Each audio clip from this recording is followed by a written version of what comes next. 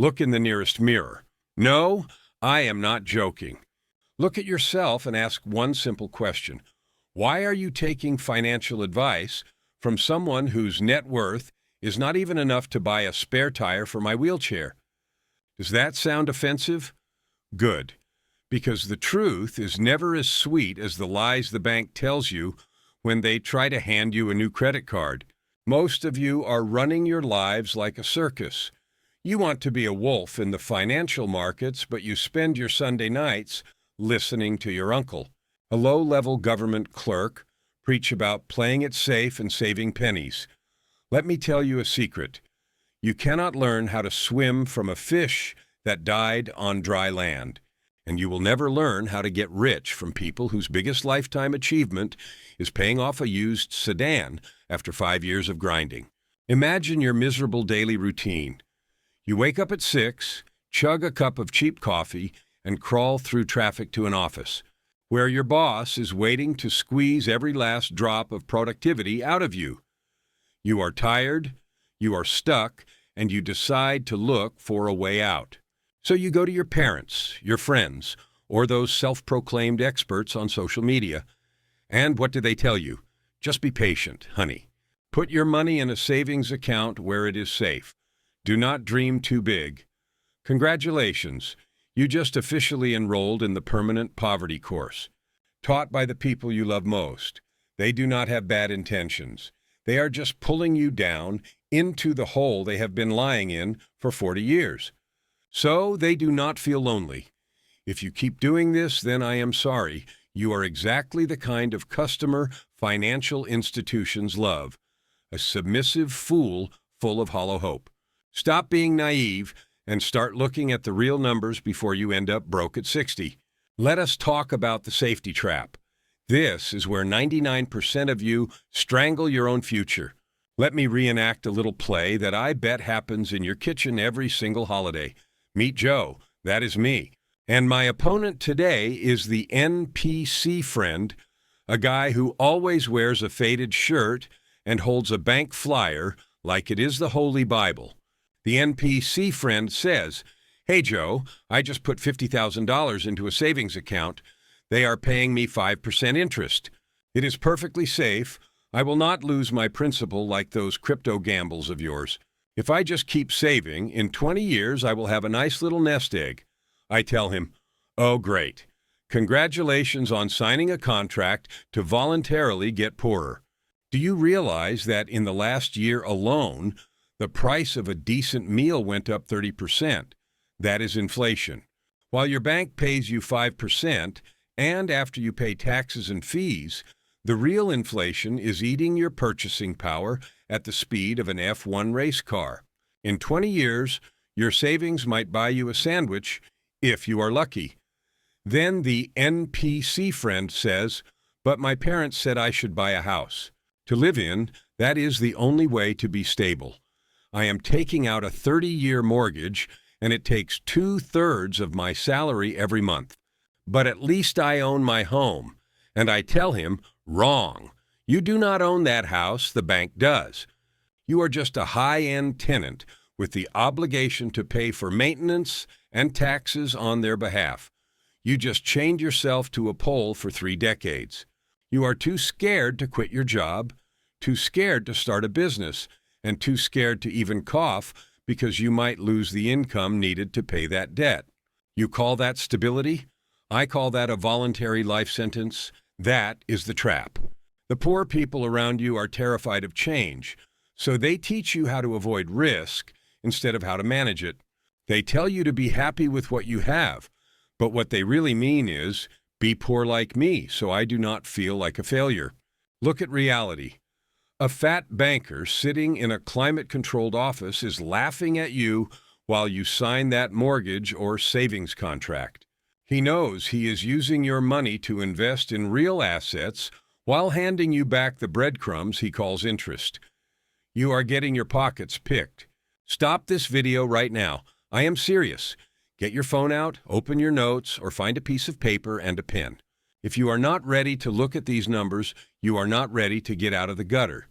Just turn off the video and go back to listening to your uncle talk about saving change. Are you ready? Let us do a calculation I call the purchasing power massacre. Let us say you are a good little boy by poor people's standards. You have $50,000 and you put it in the bank at 5% interest. You think you are making $2,500 a year. But here is the slap in the face. Real inflation is never the tiny number you see on the news. It is closer to 10 or 12%. Look at the spreadsheet on the screen. On the left, your money in the bank. After 10 years at 5%, you have about $81,000. Sounds good? Now look at the right, the actual cost of goods. With 10% inflation, a house that costs $200,000 today will cost over $500,000 in 10 years. Do you see it? After a decade of backbreaking saving, the gap between you and your dream home did not get smaller. It grew by hundreds of thousands of dollars. You did not get richer, you got systematically poorer. The bank took your money, lent it to a wealthy investor to buy real estate. He made a fortune, and they gave you back a tiny amount of interest that cannot even buy a parking spot anymore. You are funding their wealth with your financial ignorance. Now, let us look at your habits. That $5 designer coffee every morning. It seems like nothing, right? $150 a month, $1,800 a year. If you invested that money into a solid index fund or hard assets at a 15% return, in 25 years, that coffee habit would be worth nearly $500,000. Every sip you take today is a brick in a mansion you will never own. You are literally drinking your future for 15 minutes of caffeine. Do not tell me money is not everything. People who say that usually do not have any. Money is time. Money is freedom. When you throw away $500,000 on junk, you just signed yourself over to your boss for another 10 years of your life. The poor work, get paid, spend it on trash, and save the leftovers that get eaten by inflation. The rich work, invest in assets, and buy back their freedom. The first step to escaping poverty is not making more money.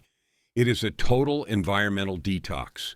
You must immediately stop sharing your financial plans with people who have never owned $1 million in liquid cash. If you want to be an eagle, stop asking chickens for advice on how to fly. Next, you must pay yourself first. And I do not mean buying a new outfit. You take 30% of every dollar you make and you throw it into hard assets. Hard assets are things that are scarce and cannot be printed into oblivion by any government. Bitcoin, gold, or shares in companies. Do not wait to buy assets. Buy assets and wait. Step 1. Upgrade your own printing press. Instead of spending 4 hours a day watching brain-dead entertainment, spend those 4 hours learning a high-income skill. AI programming, direct response marketing, high-ticket sales, or data analysis. In this era, if you only have a skill that anyone can do, your wage will always be pushed to the bottom. You must become irreplaceable when your income jumps from $3,000 to $10,000 a month. The speed of your wealth building changes the entire game. Step 2. Strangle your liabilities. Sell the car you cannot afford. Move to a cheaper apartment if it saves you an extra $500 a month to invest. The rich live below their means for a long time so they can eventually live in a way no one else can dream of. The poor do the opposite. They try to look rich at the start and pay for it for the rest of their lives. Step 3. Buy tickers, not promises. Stop listening to hot tips from garbage telegram groups. Start learning how to read a balance sheet. Understand economic cycles and why Bitcoin is gaining ground. When you understand the rules of the game, you are no longer afraid of risk. Risk only comes from not knowing what you are doing. Look at your bank app right now. Look at your spending over the last month. What percentage of that actually makes you wealthier in 5 years? If the answer is 0, you are committing financial suicide. Start today, not tomorrow, not next year, right now. Buy your first piece of a real asset, no matter how small. I am done talking. Now the ball is in your court. You can choose to turn off this video. Mumble that the guy in the wheelchair is too harsh, and go back to your safe little bubble. To hear your neighbor talk about the price of groceries. That is the easy path. It is comfortable, it is familiar, and it is guaranteed to lead you to an old age full of regret and struggle. Or you can choose the harder path, the path where you admit you have been a fool, that you have been led by the nose this whole time. You will have to start over, be mocked by the people around you for not being one of the guys anymore. But the prize at the end of that road is actual freedom, something 99% of the crowd out there will never touch. Do not expect the world to be kind to your wallet. The government wants your taxes, the banks want your debt, and the corporations want every cent you earn. Only you can protect yourself. Being born poor is not a crime, but staying poor because you were too lazy to change your mindset is an insult to your own potential. Choose to be a good little boy who stays broke, or choose to be the person who is hated but free. Decide, and do not come looking for me to complain when you are still counting pennies 10 years from now. Get out of here and get to work. We are done.